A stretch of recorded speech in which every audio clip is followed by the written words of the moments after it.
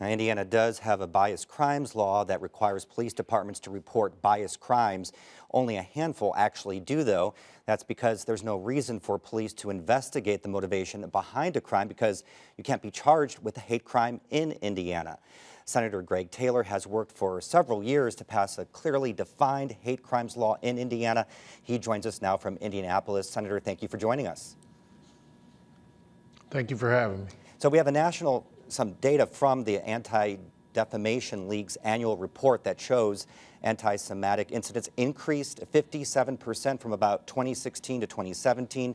Now, there's no way to know if numbers are increasing that much in Indiana, but do you get the sense that there are more hate crimes occurring?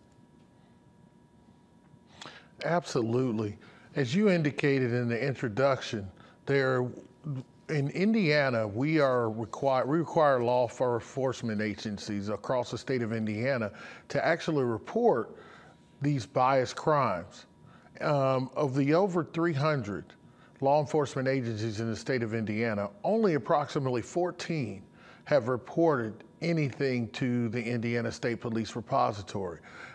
That number, totaling approximately 78 incidences, could be multiplied by a number of times in the state of Indiana. So we can't say in Indiana that it doesn't happen.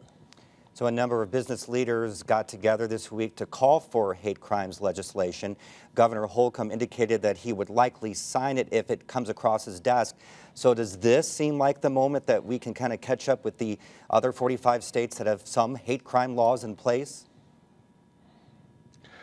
I really hope so.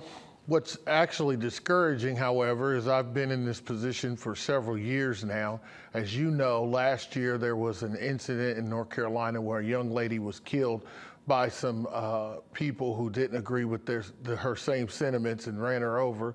And I heard the same dialogue that I'm hearing today last year.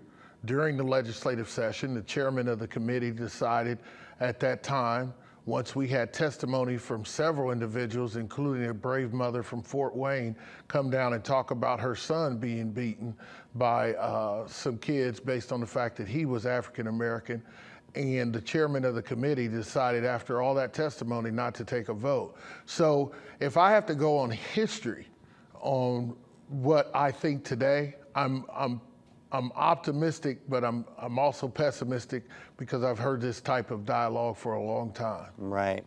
Well, we'll have to leave it there for now. Of course, something we'll be following this coming year. Thank you very much. Thank you for having me.